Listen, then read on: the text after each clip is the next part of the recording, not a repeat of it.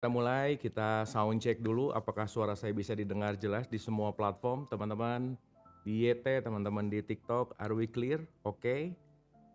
Semua lagi feeling good dan semua lagi pada pengen belajar lah ya. Mantap ya teman-teman ya, boleh kasih komen? Kasih komen, kasih komen, kasih komen.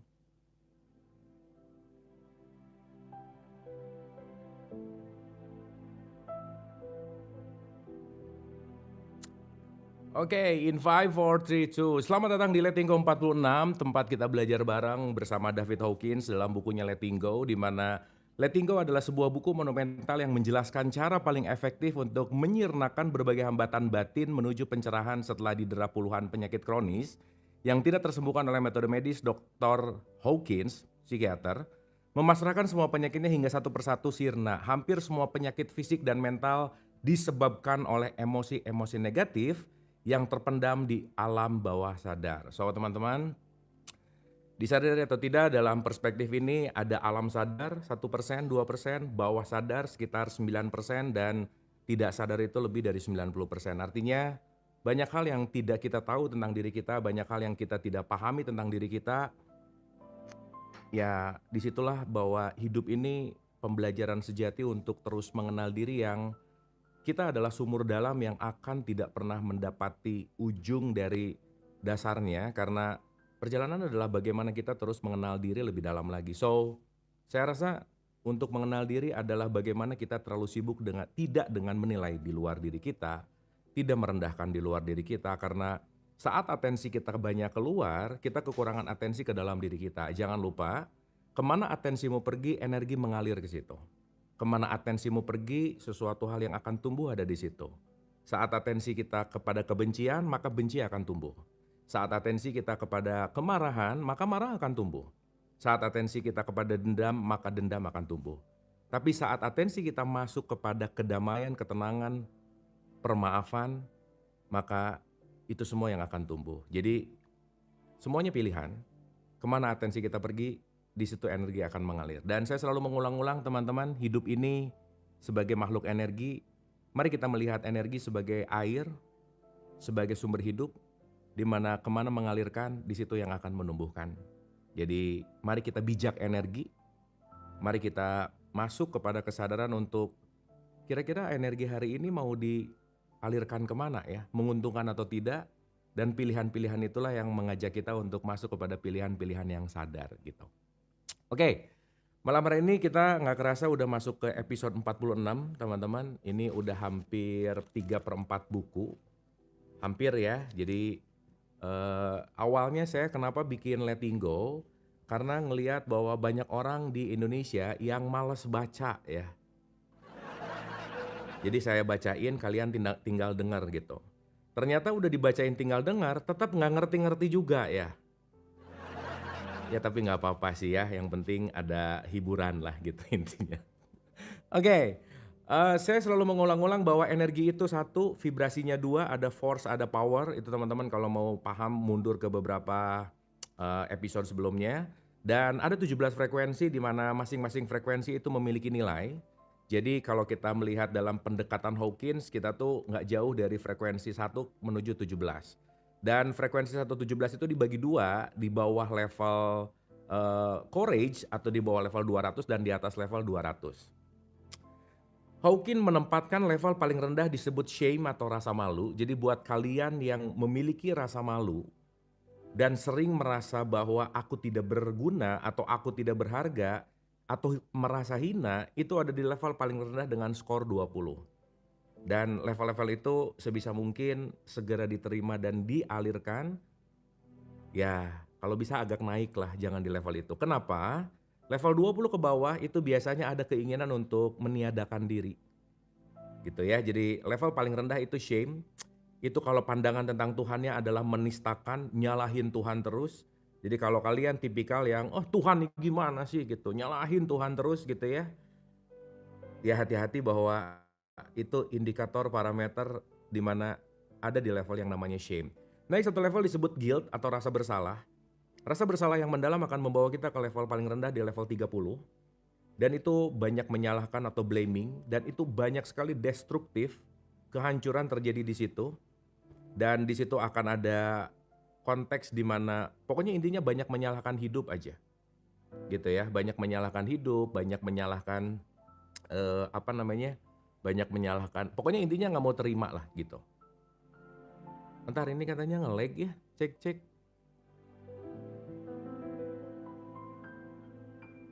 Satu, 2, suara saya oke teman-teman? Ini yang satu aman, yang satu nge-lag, yang satu aman, yang satu nge-lag. Kayaknya yang nge-lag hati kalian deh. Naik satu level itu namanya apatis. Apatis itu adalah nggak ada harapan, hopeless. Melihat segala sesuatu itu adalah masalah terus, melihat sesuatu itu adalah kesulitannya terus gitu, sehingga ngerasa bahwa udah deh, putus asa, nggak akan ada lagi harapan, dan itu akan masuk kepada keterpurukan. Naik satu level disebut grief atau duka cita. Pada level grief ini apa ya? Di situ banyak sekali penyesalan. Naik satu level adalah ketakutan atau fear. Jadi 100 sampai 20 itu adalah fearness, grief atau duka cita, apati, guilt dan shame. Nah, yang lebih oke lagi itu di atasnya ya lebih aman lah ya. Itu disebut hasrat atau desire, ada anger atau amarah, pride atau kebanggaan, dan yang paling titik aman itu disebut yang namanya courage atau keberanian itu di level 200. Gitu ya, dan kita udah mulai masuk di level 200 ke atas, kita nanti akan bicara tentang, apa namanya, penalaran, cinta dan seterusnya. Nah, kita udah ada di level yang namanya penerimaan, asik, acceptance, ya. Jadi jangan lupa teman-teman, eee, sebenarnya kalau kita ngomongin pilihan hidup ya, pilihan hidup itu pada ujungnya sebenarnya kita cuman mau nerima atau enggak sih, gitu.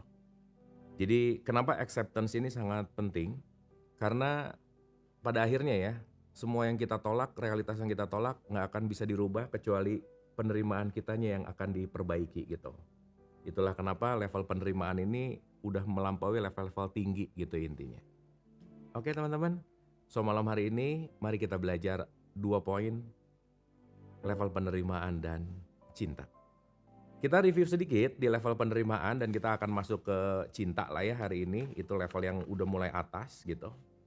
Dan, kalau dengar kata cinta suka ini jangan dikaitkan, jadi kalau yang lagi dengerin sendirian nggak apa-apa sih ya,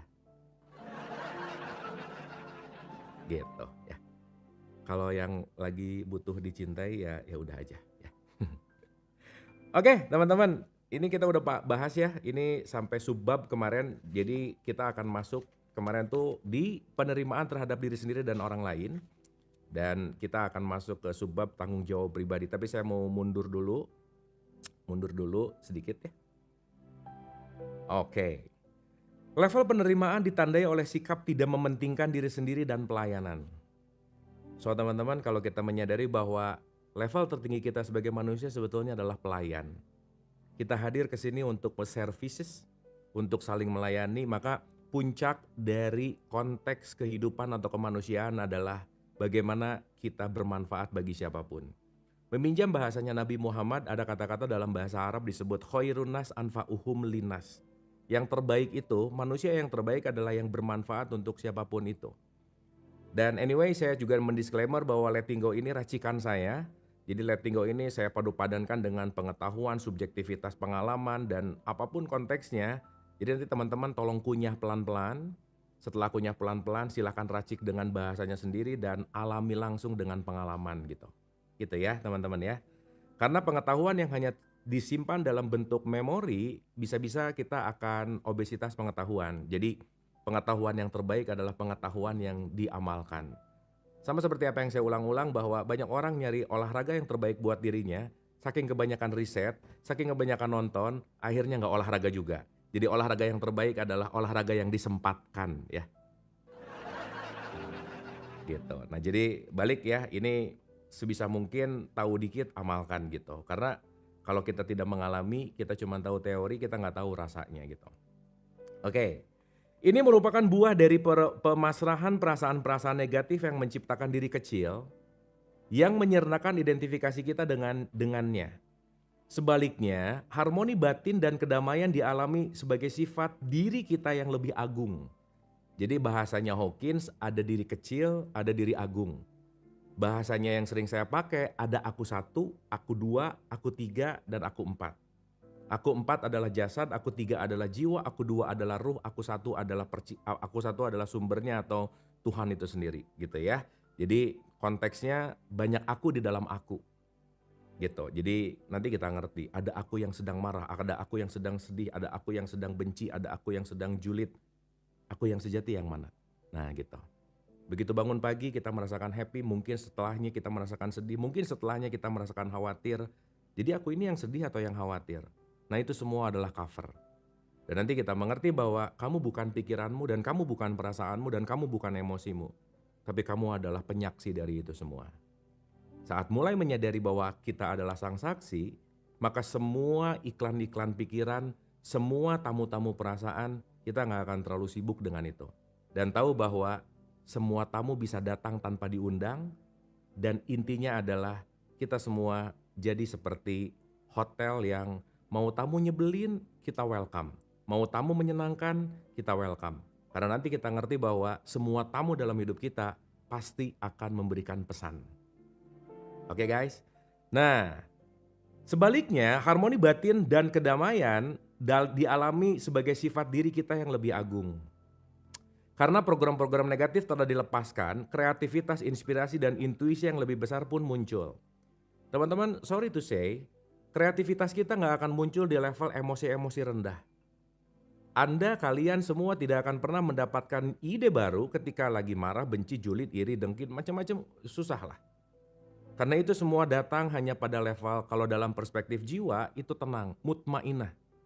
Makanya ketenangan itu akan membawa kita kepada pencerahan, ketenangan itu akan membawa kita kepada creativity gitu. Jadi saya selalu mengulang-ulang gitu ya, sulit menjadi kreatif ketika kita tidak menaikkan level emosi kita gitu. Makanya kreativitas akan semakin diluaskan saat kita masuk kepada level penerimaan. Saya kasih contoh teman-teman. Banyak karya terjadi saat pembuat karyanya itu lagi di level rendah kehidupannya.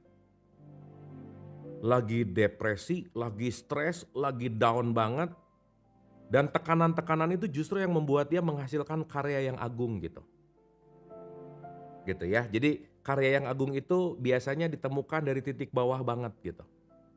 Nah jadi kalau semua kalian yang lagi dengar ini lagi ada di titik paling rendah, siap-siap akan menemukan karya agung. Asik. Tapi kalau kelamaan kayak lagu opening kita ya rungkat-rungkat juga sih. Ya jangan lama-lama ya. Jadi waktu lagi mentok banget, nggak ada jalan lain kecuali naik. Lagi naik banget, nggak ada jalan lain, pasti turun gitu. Dan hidup itu urusannya cuma begitu terus gitu. Ya makanya kata Suryo Mentaram, ya hidup itu ya mulur mungkret lah ya. Kabikusi kabigam, sebentar happy, sebentar sedih. Sebentar happy, sebentar sedih. Sebentar happy, sebentar sedih. Udah, mau selevel kaya apapun, selevel kerehore apapun, selalu hidupnya akan ada di level sebentar kaya, sebentar sedih. Sebentar happy, sebentar sedih. Gitu, ya. Nah, artinya semuanya dinamis. Kita udah bahas ya kedinamisan di episode-episode sebelumnya. Ada kepastian bahwa kebutuhan-kebutuhan personal kita akan terpenuhi, oleh karena itu ada pergeseran dalam hubungan sehingga fokusnya adalah pada kesejahteraan dan kebahagiaan orang lain.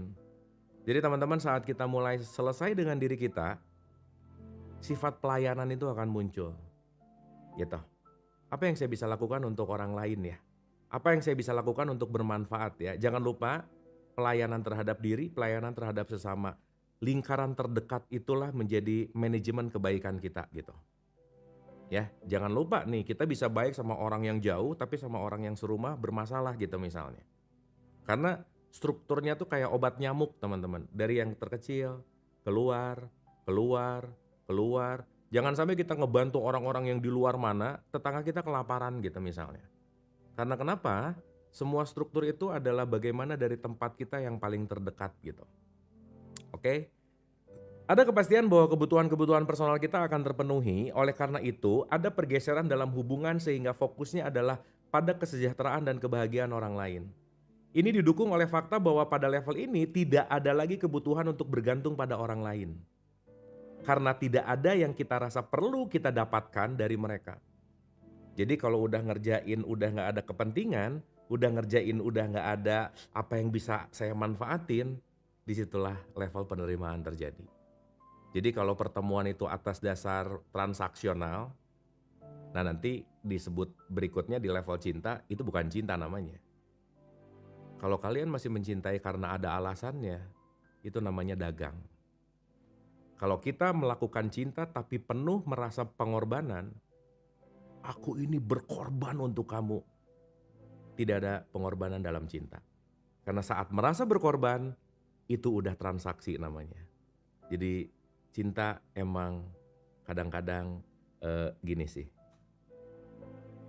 Nah gitu ya. Jadi intinya ya udah aja. Nah, ini ngerti nggak ya saya ngomong ya? Kayak ngomong sendiri. Cek one. Ini masih oke teman-teman? Denger nggak? Kemarin ada yang ketemu ya. Wah Mas Abu, saya tuh pendengar setia YouTube-nya Mas Abu. Ya. Wah mantap saya bilang. Saya tuh dengerin YouTube Mas Abu, itu kalau mau tidur. Jadi temen tidur saya. Ya. Terus saya tanya, berarti waktu denger YouTube ketiduran? Iya, oh pantes nggak ngerti-ngerti saya bilang ya. YouTube nyala saya ngomong, dianya gitu. Ya udah sih, tapi nggak apa-apa ya, nemenin sih. Yang penting mau ngerti mau nggak ya nomor 10 lah ya. Yang penting bisa bobo.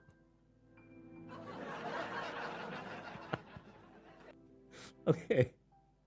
Dalam sebuah hubungan, penerimaan yang penuh cinta, ketidaksempurnaan kecil tidak lagi dianggap penting dan diabaikan. Dalam penerimaan, keasikan dengan rasa melakukan. Asik tuh artinya tuh nyaman ya teman-teman ya. Asik tuh ingin selalu terkoneksi gitu. Dalam penerimaan keasikan dengan rasa melakukan berkurang. Muncul fokus yang berkembang pada kualitas rasa menjadi. Jadi kalau kita udah tuning, kalau udah kita into, bukan aku melakukan tapi being. Not doing anymore, but being, menjadi gitu teman-teman. Kan kalau di level 4 kesadaran itu kan satu itu adalah level di mana aku menjadi korban. Aku melawan hidup. Yang kedua, aku sadar bahwa aku bukan korban lagi, tetapi by me, aku yang mengundang itu semua. Nah kalau being, itu bukan udah melakukan tetapi udah menjadi gitu. Maka saat melakukan penuh dengan cinta dan penerimaan, pasti melakukannya enjoy banget. Saat menyatu dengan waktu, saat menyatu dengan kekinian, 2, 3, 4, 5 jam itu kayak beberapa menit gitu. Makanya kenapa waktu disebut relatif ya teman-teman. Kalau kalian ya 5 menit ketemu orang yang nyebelin, itu kerasa kayak 2 jam. Tapi 4, 5 jam barengan sama orang yang paling kita kasihi, itu rasanya sebentar banget. Tapi dari tipe-tipe chattingannya kalian yang nomor 2 rada udah lama nggak ngerasain kali ya. Jadi kalian hidupnya mungkin lama terus ya. Ya tapi nggak apa-apa sih ya.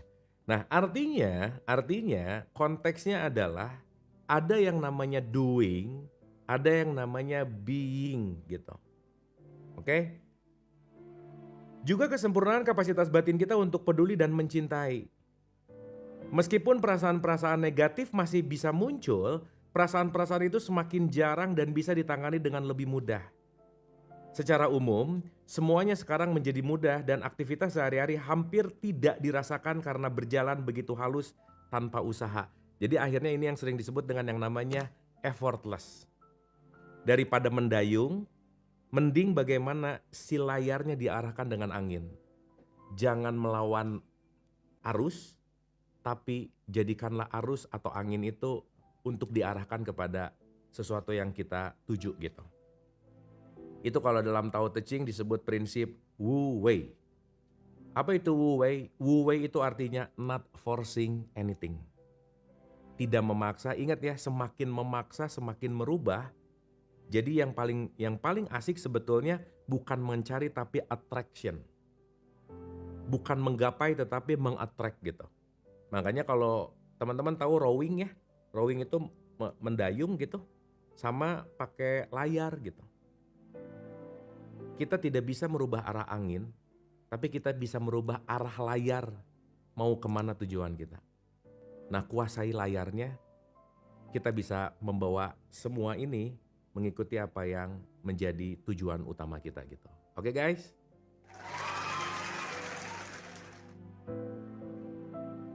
Oke, tanggal berapa ya sekarang? 11 November. Ini terakhir kita letting go 25 Oktober loh, lumayan juga ya. 11 November 2025.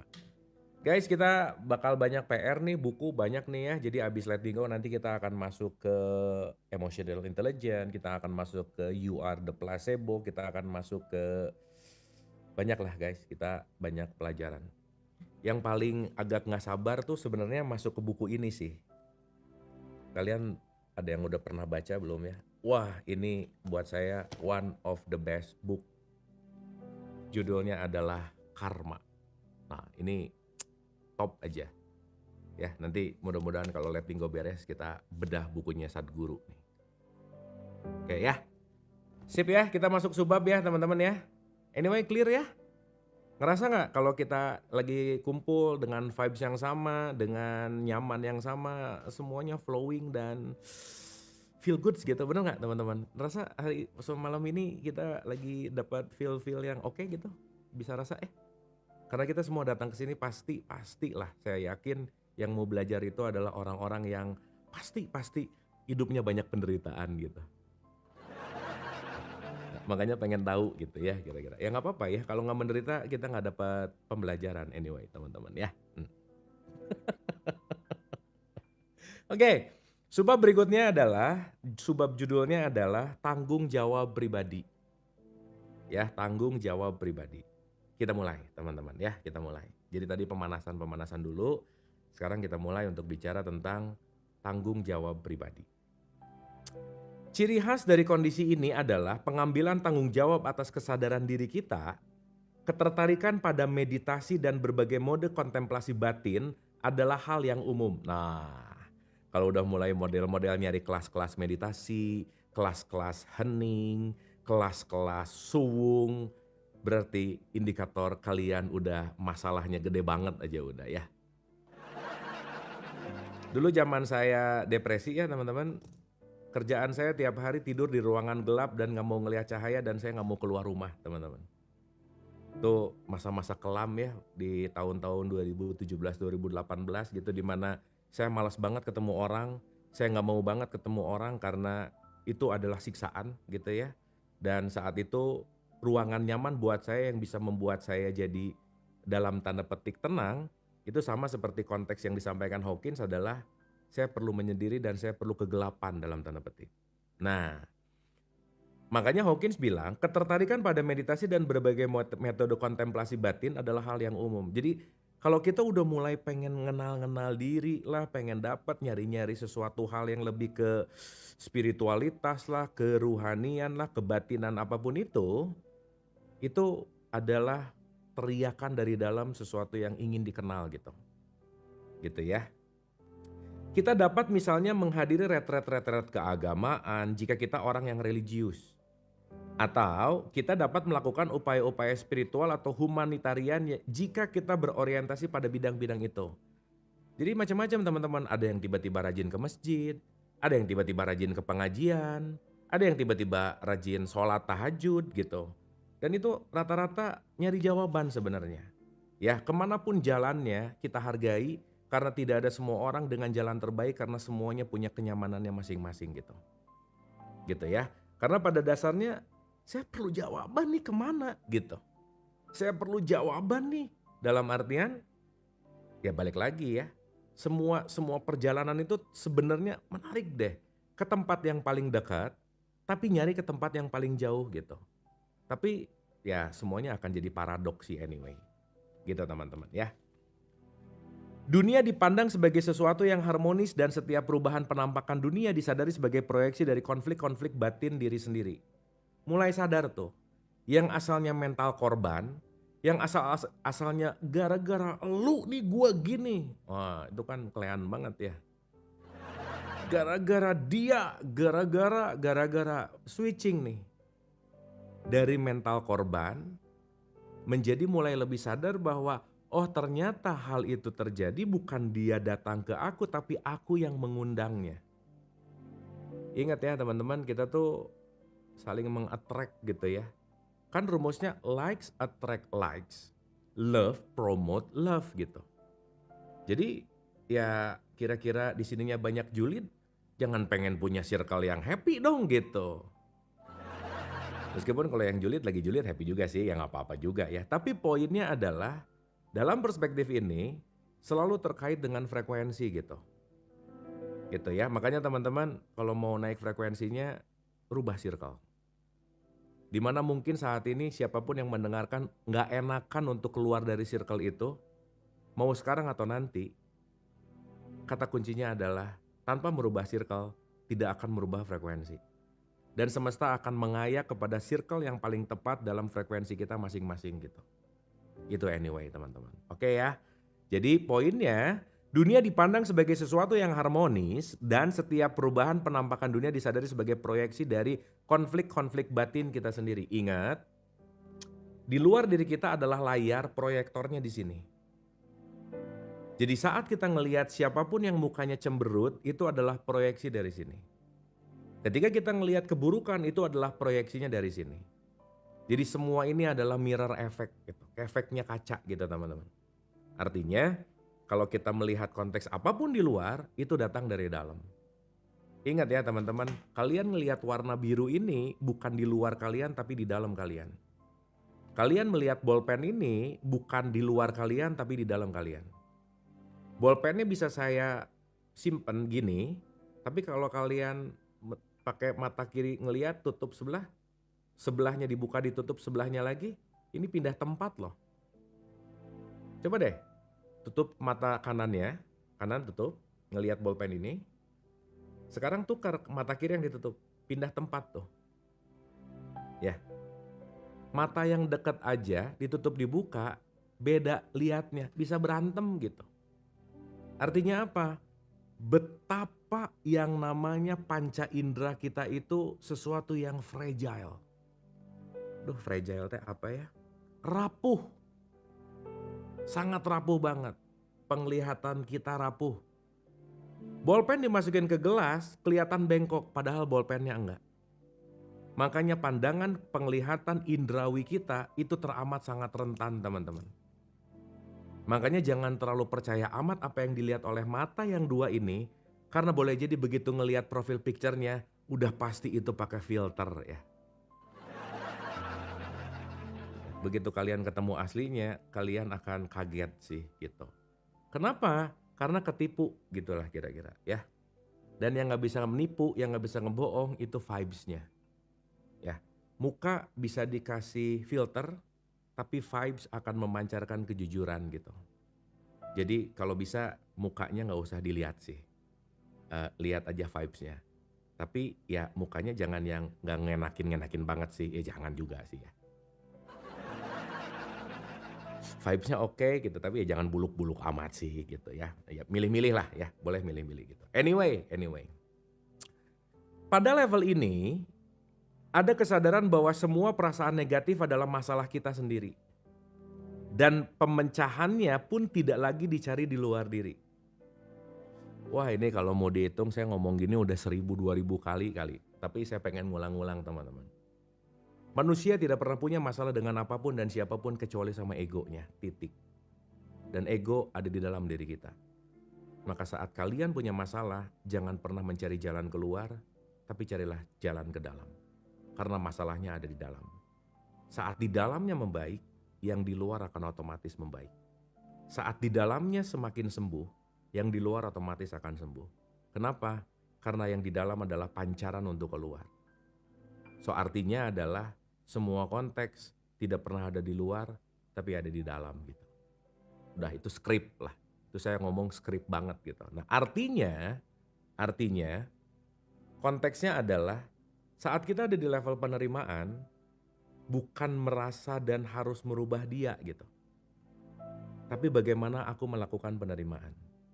Karena boleh jadi selama ini aku ingin mengubah dia, tapi aku tidak melakukan perubahan yang ada di dalam gitu. Saya kasih analogi sederhana, kalau ini cermin ya, kita lagi bercermin nih, ngaca. Kadang-kadang kalau kalian bangun tidur pasti bercermin kaget banget sih pasti. Ya, rambut acak-acakan ngaca, "Buset ini siapa?" gitu. Nah abis gitu kan nggak nyaman baru siap-siap beres-beres, nah baru, "Oh ini baru gua nih," gitu. Gitu ya kira-kira, karena kita bisa kaget gitu sama image kita sendiri gitu ya. Anyway kalau kita lagi bercermin nih guys, bercermin nih, saya pengen membuat yang ada di dalam cermin itu untuk tersenyum, dan saya memaksakan di cerminnya, si cerminnya digini-gini nih, senyum, senyum, tapi mukanya sambil gini nih, senyum, senyum, gitu. Terus dia sangka mungkin cerminnya rusak gitu, pecahin, beli cermin baru, pecahin, beli cermin baru, pecahin, beli cermin baru. Udah ratusan cermin dia baru sadar, buset dah, ternyata selama ini saya memaksakan yang di sana, tapi saya tidak merubah yang di sini. Ternyata begitu kita nggak ngapa-ngapain dan kita hanya senyum di sini, maka cerminan yang di situ ikut senyum juga. Artinya apa? Semua di luar diri kita adalah cerminan yang di dalam. Saya punya hashtag bahwa kamu adalah aku yang lain. Artinya apa? Semuanya interconnected dan semuanya tidak pernah tidak terhubung.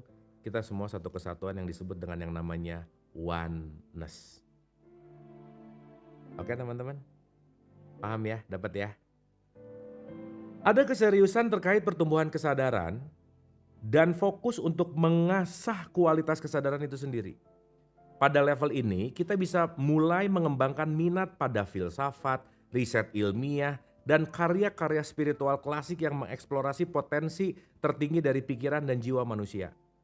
Nah level-level ini tuh udah nggak senang-senang lagi dalam konteks pokoknya, katanya. Kita tahu ya dalam sejarah ilmu, semua ilmu datang dari mitos. Tapi lama-lama dari mitos menuju kepada logos gitu. Pokoknya gini, pokoknya gitu, pokoknya gini, pokoknya gitu. Itu critical thinking nggak dipakai gitu. Itu terjadi dalam konteks dogma dan doktrin lah, katakanlah begitu. Tapi di level ini, udah nggak mau lagi di level dogma, pokoknya saya pengen tahu the truth gitu. Saya pengen tahu kenapa harus gini gitu. Kenapa? Karena critical thinkingnya mulai naik, dan teman-teman jangan lupa ya, bagaimana kita bisa menikmati melakukan sesuatu kalau kita tidak mengerti apa yang kita lakukan gitu. Udah pokoknya gitu aja, ya nggak apa-apa juga sih. Tapi keikhlasan dalam melakukan ketika aku mengerti betul apa yang aku lakukan gitu. Yang semakin penting diperhatikan adalah menjadi apa kita, bukan apa yang kita miliki atau lakukan. Poinnya adalah bukan aku miliki, punya ini, aku lakukan bukan. Tapi abis ini saya mau jadi apa ya? Point of view-nya adalah perubahan untuk membaik gitu teman-teman. Being dan ya balik lagi ya, kita tuh kan akan menjadi lagi, menjadi lagi, menjadi lagi. Artinya kita di sini mulai akan mencintai proses. Di sini hasil nggak terlalu penting sih. Kenapa?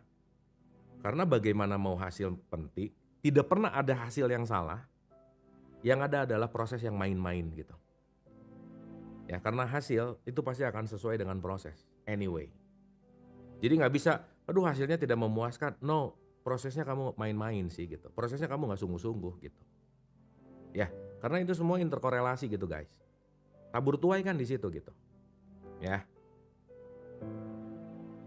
Bukan apa yang kita miliki atau lakukan. Pada level ini kita menghadapi tantangan untuk memenuhi potensi batin terbesar kita dan kepedulian pada potensi dan impian orang lain. Jadi di level ini tuh hasrat untuk berbagi, hasrat untuk services gitu ya, bermanfaat, aduh itu tinggi banget. Gitu. Tapi jangan lupa ya, selesai dulu ke dalam baru kita keluar. Jangan keluar terus diselesaiin yang di dalam enggak. Nah, itu namanya people pleaser. Nih banyak dari kalian yang people pleaser lah pasti gitu. Pengen nyelesain yang di luar tapi di sini gosong gitu. Membakar diri untuk menghangatkan orang lain. Tiap yang ketemu hangat sih, tapi nggak sadar dia kebakar gitu kira-kira. Ya teman-teman ya, ingat berhenti jadi orang baik, jadilah orang sadar. Karena orang baik selalu lebih menderita dari orang jahat. Titik. Ya, tolong digarisbawahi itu. Itu kita pernah bahas di episode-episode sebelumnya. Ya. Jika dilakukan pengujian otot dalam kondisi ini, kita teruji kuat, kita relatif kebal terhadap pengaruh-pengaruh negatif seperti melemahnya vibrasi lampu neon, kain sintesis atau pemanis buatan. Ada komitmen kuat untuk kesehatan dan kebugaran juga perbaikan diri di semua level, teman-teman. Kalau kamu mencintai dirimu, jangan lupa untuk merawat tubuhmu.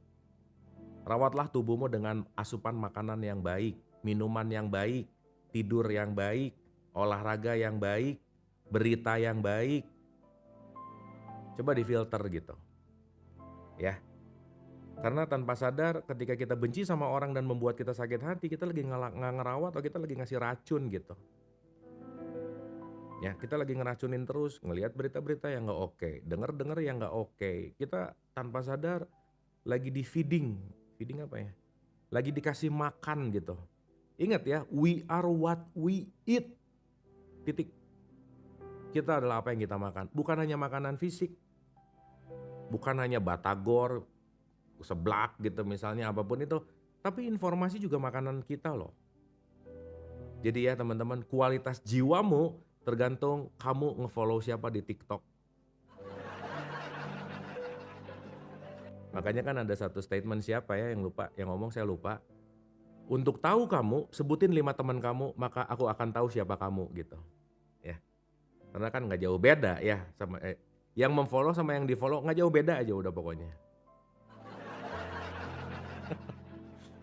Ada komitmen kuat untuk kesehatan dan kebugaran juga perbaikan diri di semua level. Masalah kesehatan sering dianggap sebagai problem di level psikologis, emosional, atau mental dan sumber daya dicari dan ditemukan yang membantu menyelesaikan masalah di semua level tersebut. Kekuatan penyembuhan mandiri atau yang disebut self healing sekarang terjadi. Gitu ya. Dalam penerimaan, kita bebas berada di momen kekinian. Nah, kita udah pernah bahas ya teman-teman. Penderitaan itu selalu terjadi di masa depan dan di masa lalu. Selesai. Saat ke masa depan kita anxiety, saat ke masa lalu kita depresi. Derita itu pokoknya ketika kita kabur dari saat ini. Bagian diri kita yang gak bisa kabur dari saat ini cuma tubuh kita.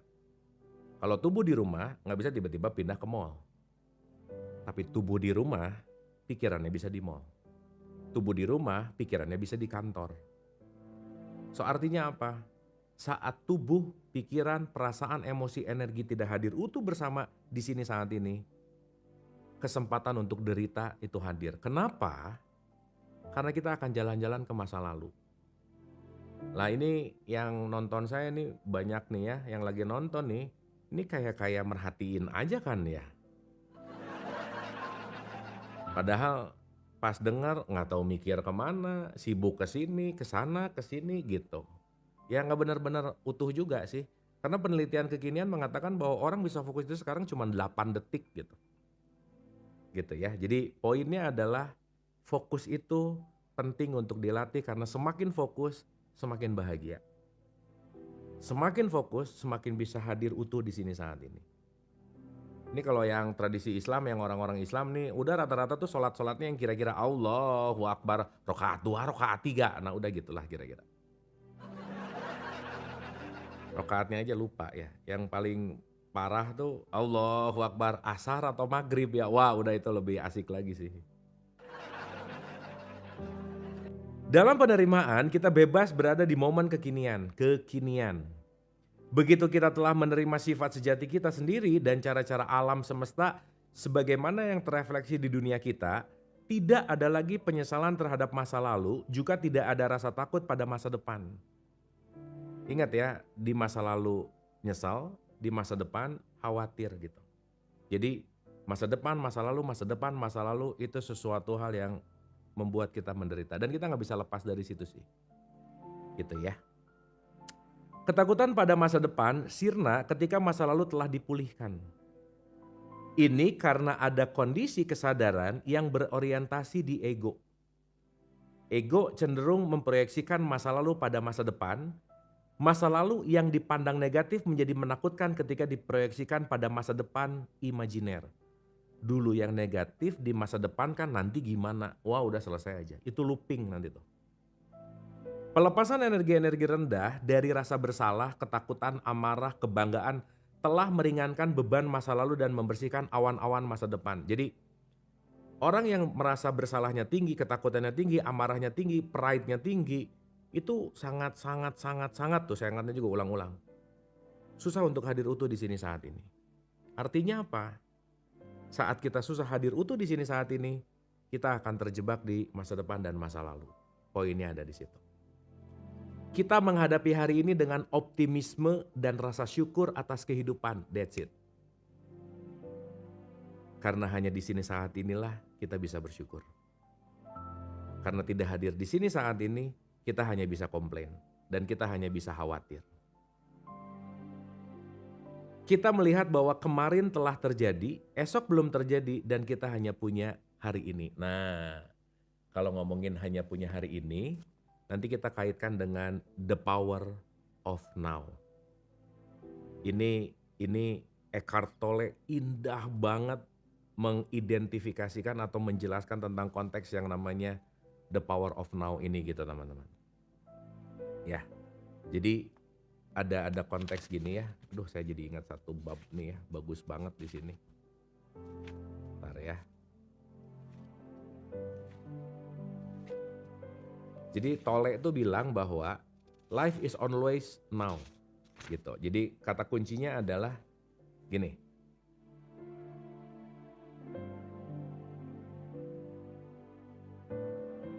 Bentar, mana ya? Bagus banget nih, saya jadi ingat.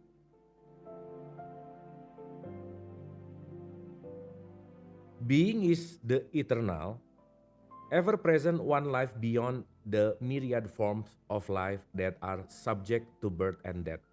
However, being is not only beyond but also deep within every form as its innermost invisible and indestructible essence. Nah, jadi di sini pasti kalian sedih ya dengarnya ya. Jadi gini, dia mau bicara tentang konteks ketika eternal. Teman-teman ngerti kata eternal ya? Jadi gini, pernah dengar kata abadi nggak? Abadi itu ada dua. Ada forever, ada eternal. Kebanyakan orang mengatakan abadi itu adalah sesuatu yang selamanya. No.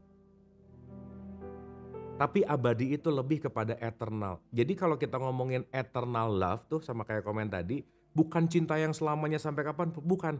Cinta yang selalu hadir utuh di sini saat ini. Karena kenapa? Saat kita hadir utuh di sini saat ini, waktu berhenti. There is no time di eternal now gitu. Dapat ya?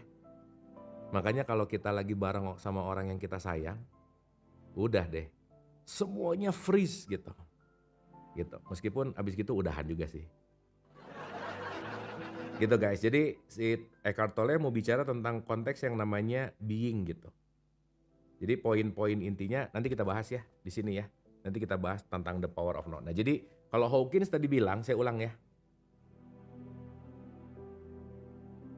Kita menghadapi hari ini dengan optimisme dan rasa syukur atas kehidupan. Kita melihat bahwa kemarin telah terjadi, esok belum terjadi, dan kita hanya punya hari ini.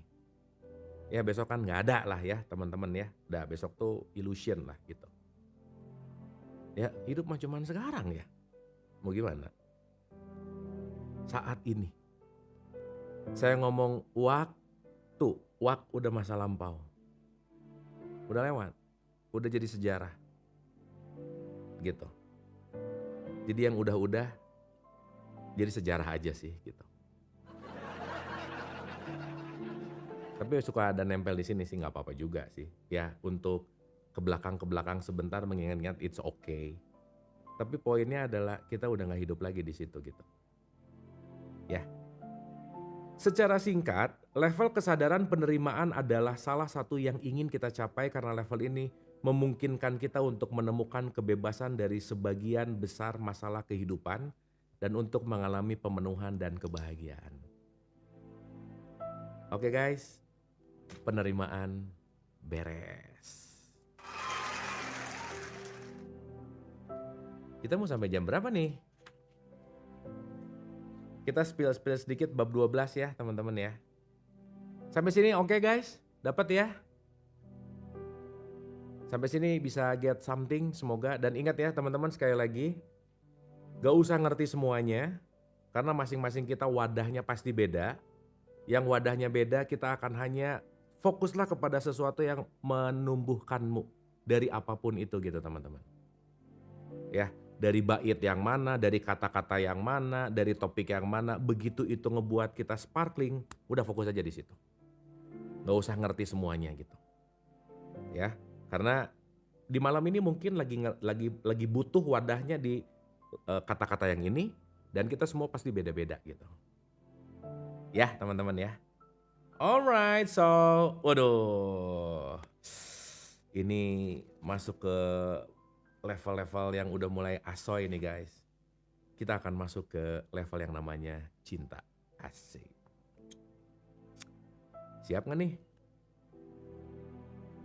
Coba kalau siap kita kasih kode-kode dulu dong. Dapat ya teman-teman ya? Oke ya? Start ya? Seru nih. Aduh, openingnya juga udah gini nih. Openingnya bikin meleleh nih. Pada level cinta, kita menjadi tulus, murah hati, peduli, penuh kasih, tabah, dan pemaaf. Gitu. Cinta itu melindungi, kolaboratif, meneguhkan, holistik, dan menyenangkan. Ini ditandai dengan kehangatan, rasa syukur, apresiasi, kerendahan hati, keparipurnaan visi, kemurnian motif, dan ada sweetness di situ gitu, manis gitu. Nah, gitu kira-kira. Jadi kalau sayur yang nggak pernah diangetin kan basi ya. Jadi jangan nunggu kopinya dingin untuk dinikmati, karena kopi yang hangat itu paling pas untuk dinikmati. Kalau udah dingin, manasinnya emang rada PR sih. Jadi saya selalu bilang gitu teman-teman bahwa beda antara cinta dan hubungan. Love and relationship itu dua hal yang berbeda gitu. Ya, artinya apa? Itu kalau nggak ada dipupuk, kalau tidak ada perawatan, kalau tidak ada daily maintenance, ya nggak akan tumbuh gitu. Ya, jadi openingnya Hawkins tentang cinta tuh nice banget gitu ya, bahwa konteksnya adalah semuanya kata kuncinya adalah perawatan gitu. Ya. Cinta adalah sebuah cara bereksistensi. Cinta adalah energi yang terpancar ketika blok-blok emosional telah dipasrahkan. Tidak ada cinta sebelum kepasrahan. Tidak ada cinta sebelum kita melepaskan. Karena cinta adalah membebaskan gitu. Maka Rumi selalu bilang bahwa kalau aku mau menuliskan cinta, pena-pena bisa patah. Kenapa? Gak ada pena yang kuat untuk memancarkan cinta itu sendiri gitu. Lidah jadi keluh untuk mengatakan cinta gitu. Pernah dengar ceritanya Yusuf dan Zulaikha nggak guys? Aduh panjangin nanti lagi ya, kapan-kapan kita cerita ya. Wah itu kalau kita ngomongin Yusuf dan Zulaikha, wah itu one of the best love story anyway. Yusuf dan Zulaikha yang disadur sama Rumi, wah itu keren banget tuh kalimat. Nanti kita bahas ya, nanti kita bahas. Cinta lebih dari sekedar emosi atau pikiran. Jadi bukan masalah hanya emosi atau thought dan emosi. Teman-teman masih ingat Manas ya? Coba Manas isinya apa aja isinya guys? Ini jasad nih, ini Manas, ujung ada Isa. Manas itu kejiwaan, Isa itu ketuhanan. Makanya disebut Manas dan Isa, makanya jadi manusia gitu. Manas isinya adalah pikiran, perasaan, dan emosi. Dan ini adalah sumber gejolak, sumber gelombang gitu ya. Jadi jangan lupa bahwa konteksnya berbicara dalam konteks yang namanya manas, itulah jiwa kita. Makanya dalam perspektif bahasa Arab jiwa disebut nafs gitu ya. Dan itu yang selalu bergejolak sekali lagi. Nah kalau jiwanya banyak gejolak, susah nanti masuk ke level Isa gitu, ke level manusia ya.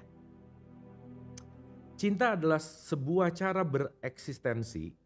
Cinta adalah energi yang terpancar ketika blok-blok emosional telah dipasrahkan. Cinta lebih dari sekedar emosi atau pikiran, ia adalah kualitas eksistensi. Cinta teralami ketika kita telah melewati jalan kepasrahan.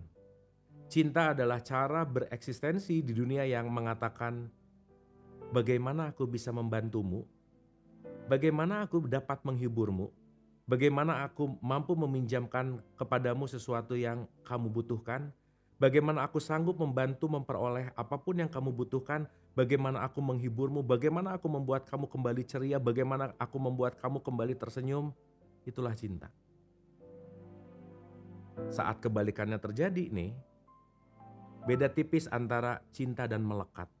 Beda tipis antara love and attachment.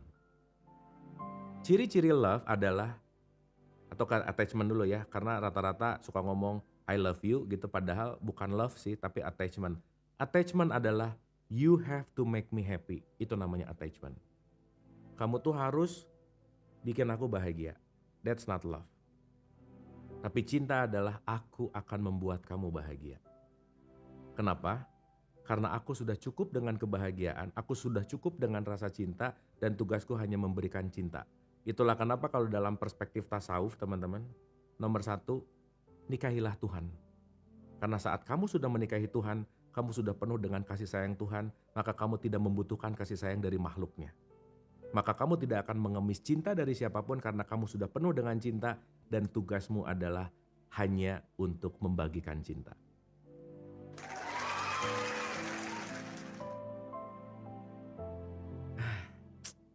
Nice ya. Oke. Cinta adalah sebuah jalan yang melaluinya ketika menerangi dunia gitu. Artinya,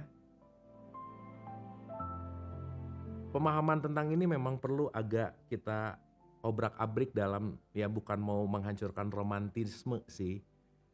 Tapi justru to love is to freedom gitu. Mencintai itu adalah untuk saling membebaskan gitu kan. Poinnya ada di situ gitu. Nah, artinya kalau kita bicara dalam konteks ini, poin pentingnya adalah tidak ada cinta sebelum ada pemasrahan. Dan kita akan dibenturkan berulang-ulang untuk semakin belajar pasrah, dan benturan ulang-ulang itulah yang akan membuat melahirkan cinta itu sendiri gitu. Ya. Jadi kalau ada orang yang ngomong sama kalian, I love you, itu 99% bullshit sih. Karena rata-rata begitu ngomong I love you, aku mencintai kategoriku yang ada di kamu. Jadi sebenarnya bukan kamu-kamunya banget, tapi kamu tuh cocok banget sama kategori aku gitu. Nanti besok-besok kamu rada berubah, kayaknya aku gak love you lagi deh gitu. Ya. Nih orang-orang yang lagi bucin, anyway teman-teman jangan lupa ya, please. Jangan sekali-kali ngasih nasihat sama orang yang lagi jatuh cinta. Udah gak akan didengar aja, makanya saya selalu bilang, kalau di pernikahan, di akad nikah adalah nasihat pernikahan, itu sesuatu yang paling gak penting dan gak akan guna sih sebenarnya. Jadi nasihat pernikahan rata-rata bukan untuk si pengantin baru, tapi untuk orang-orang yang udah lama nikah yang hadir di situ gitu. Mana kok nggak keluar ketawanya ya? Ulang ah. Nah gitu. Ya gimana orang lagi jatuh cinta dikasih nasihat ya nggak akan denger lah. Karena kenapa? Saat kita jatuh cinta nalar kritis kita lagi mati, off, se-off-offnya. Coba, kurang rasional gimana?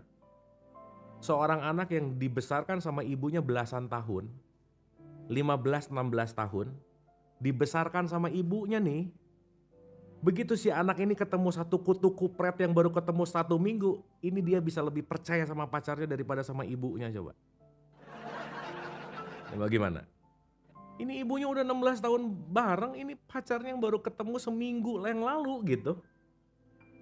Ya tapi kalian yang punya anak nih ya, yang punya sekarang yang lagi punya teenager, ya tolong ngerti lah.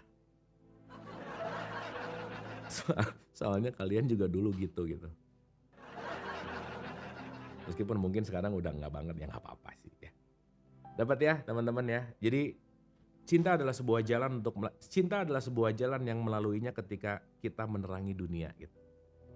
Nah, tadi kan melangit banget nih. Nah, Hawkins sekarang membumikan gitu, guys.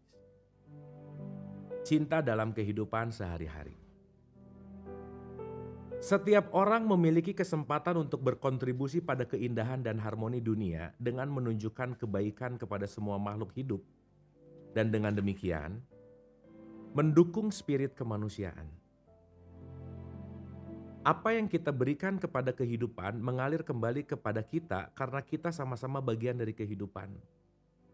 Teman-teman jangan lupa ya, siapapun kita adalah saudara kehidupan dalam satu kehidupan ini. Makanya kita menarik udara yang sama. Ketika aku mengeluarkan nafas, kamu yang akan menarik nafas. Kamu yang mengeluarkan, aku yang menarik. Bahwa kita semua adalah satu udara. Makanya kita disebut saudara. Gitu ya. Jadi artinya kebencian terhadap perbedaan simbol, kebencian terhadap perbedaan identitas, itu akan dilepaskan atas nama konteksnya cinta gitu. Karena begitu cinta hadir, udah nggak ada ya identitas gitu. Tapi dia terkoneksi di level yang lebih profound. Profound apa ya? Terkoneksi ke dalam yang lebih esensi lah gitu kira-kira. Sip ya. Ya ngomong-ngomong kita juga semua ada kan ya gara-gara ada cinta juga sih. Orang tua kita happy-happy muncullah kita gitu. Kayaknya kita juga nggak diinginkan banget sih gitu ya. Mereka kan lagi happy-happy, nggak sengaja aja kita ada gitu. Gitu guys. Jadi kebayang nggak kalau dunia tanpa cinta, manusia udah lama punah gitu. Makanya kalau manusia rasional semua, kehidupan manusia nggak akan berlangsung lama. Karena tidak rasional itulah kita bisa melakukan kegiatan cinta itu sendiri gitu. Ya. Duh ngerti nggak ya ini tapi nggak apa-apa sih. Apa yang kita berikan kepada kehidupan mengalir kembali kepada kita karena kita sama-sama bagian dari kehidupan. Seperti riak di permukaan air, setiap pemberian akan kembali kepada si pemberi. Apa yang kita tegaskan pada orang lain sebenarnya kita tegaskan dalam diri sendiri nih. Keren banget ya. Ketika kita sering membenci orang lain, udah pasti kita sering membenci diri sendiri karena itu adalah refleksi gitu. Anyway. Begitu kita ikhlas memberikan cinta, dengan cepat kesadaran akan mengikuti bahwa kita dikelilingi oleh cinta dan hanya tidak tahu bagaimana mengaksesnya. Cinta sebenarnya hadir di mana-mana, kehadirannya hanya perlu disadari. Cinta mengekspresikan diri dalam banyak cara. Seorang anak lelaki menghafal sebuah lagu pendek yang diajarkan kepadanya oleh sang ayah dan ia masih bisa mengatakannya 80 tahun kemudian. Kebayang ya, kita diajarin lagu sama papa kita. Ya saya sih belum 8, yang nggak tahu yang nonton mungkin udah ya. Tapi next 30-40 tahun masih ingat loh. Nempel gitu. Seorang tentara angkatan laut mengarahkan kapalnya melalui topan yang mengerikan selama 3 hari tanpa henti, tanpa makanan dan minuman, ketika semua rekan kapalnya mabuk laut. Jadi nakhoda semuanya dia melakukan ya balik lagi ya. Dia bisa dalam tanda petik struggling, ya tapi di dalamnya kekuatan utamanya ya cinta sih. Seorang dokter mencintai dan berdoa untuk setiap pasien tanpa mereka sadari. Seorang ibu membersihkan celana anaknya yang menderita diare dengan mengatakan, sayang ini bukan salahmu, kamu tidak bisa menahannya. Bahkan cintanya Tuhan kepada hambanya melebihi cinta seorang ibu kepada anaknya. Bahwa ketika kamu berjalan kepadaku satu langkah maka aku akan berlari kepadamu. Dan ketika kamu berlari maka aku akan terbang. Maka kasih sayangku akan melebihi murkaku gitu. Bagaimana aku bisa murka kepada hamba yang paling aku cintai? Gak mungkin. Seorang istri bangun setiap pagi untuk membuat kopi favorit suaminya. Kalau punya. Seekor anjing duduk di dekat pintu menunggu pemiliknya kembali dan mengibas-ngibaskan ekornya ketika sang pemilik melewati pintu. Seekor kucing mendengkur, seekor burung bernyanyi. Nah ini Hawkins bilang ini tuh cinta gitu semuanya gitu. Gitu ya. Biasanya orang menganggap cinta sebagai cinta romantis. Teman-teman beda ya, ada romantic love, ada divine love. Kalau siapa ya? Socrates apa Aristoteles ya Jadi ada masa-masa cinta yang menggebu-gebu, eros gitu. Tapi udah nanti masuk ke filia gitu. Jadi udah bukan masalah romantik, tetapi the divine love gitu. Rahman Rahim itu bukan urusan romantic love, bukan. Bukan suka-sukaan, bucin, bukan itu gitu. Tapi poinnya adalah semuanya memiliki gradasi gitu teman-teman. Biasanya orang menganggap cinta itu sebagai cinta romantis seperti dalam panggilan honey atau sweetheart gitu. Atau kalau sekarang babe gitu. Ini masih ada yang suka dipanggil babe nggak sama pasangannya? Sweetheart gitu. Ini masa-masa bucin sih ya kayaknya. Tetapi cinta romantis hanyalah sebagian kecil dari kehidupan manusia. Itu adalah part paling kecil gitu. Ada banyak jenis cinta selain cinta romantis yang personal dan semuanya mewarnai pengalaman kita sehari-hari. Cinta pada hewan peliharaan, cinta pada keluarga dan teman, cinta pada kebebasan, cinta pada cita-cita, cinta pada negara, cinta pada atribut, cinta pada penciptaan, cinta sebagai kebajikan, cinta sebagai antusiasme, cinta sebagai pengampunan, cinta sebagai penerimaan, cinta sebagai apresiasi, dan banyak lagi gitu. Gitu ya. Jadi ini semua ini konteksnya adalah sesuatu yang sangat nggak ada batasannya gitu. Nah makanya teman-teman, ya kita kadang ya, kalau kita bicara dalam konteks yang namanya cinta tuh bagian yang namanya romantik nih ya, itu hanya part yang paling seginilah gitu. Tapi anyway ya nanti akan lebih luas lagi sih gitu. Ya, nah Hawkins bilang, love is a many splendor thing. Splendor itu adalah kemegahan gitu. Something yang megah gitu ya, ngerti ya bahasa megah gitu ya.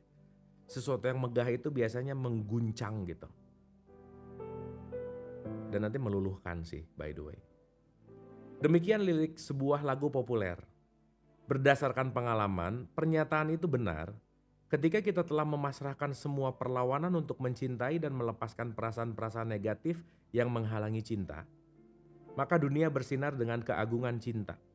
Pada level cinta, pancaran sinar cinta ini tidak lagi bisa disembunyikan dari diri kita. Nah itu tuh gak bisa dibohongin, memancar gitu. Gitu ya, jadi spektrum gitu teman-teman. Ini bukan urusan benar atau salah gitu, tapi konteksnya adalah spektrum.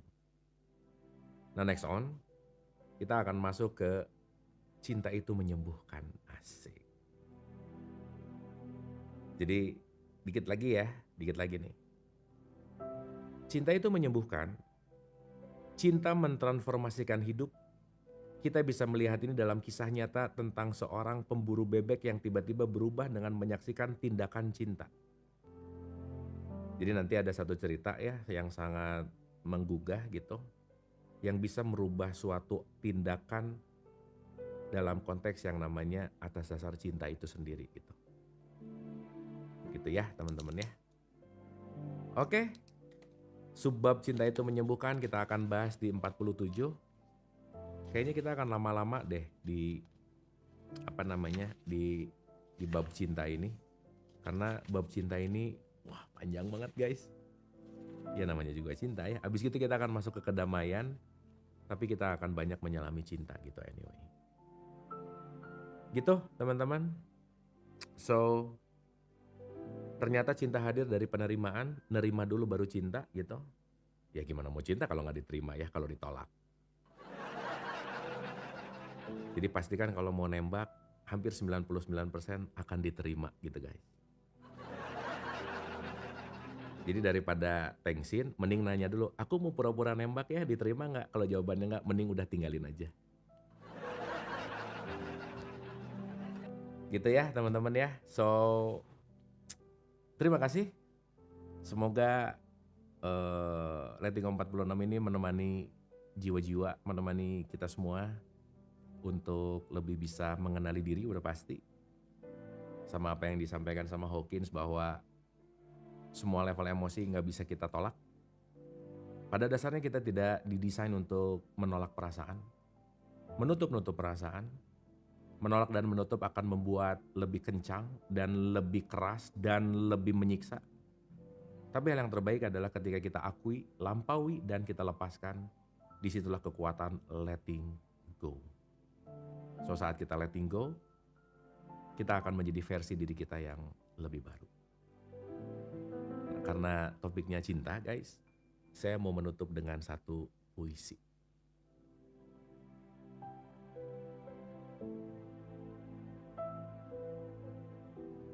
Oke nggak nih? Sebelum puisi, ini dulu dong. Kalian dapat apa malam hari ini teman-teman?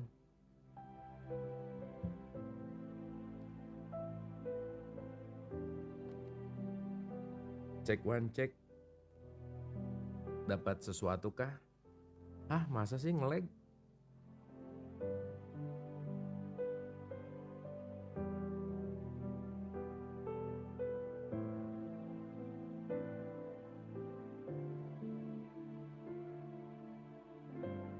Cek one cek.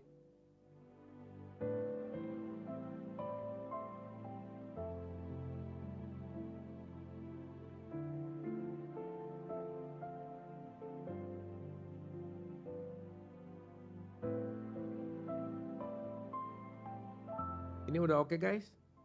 Dapat something ya? Wih, mantap, thank you.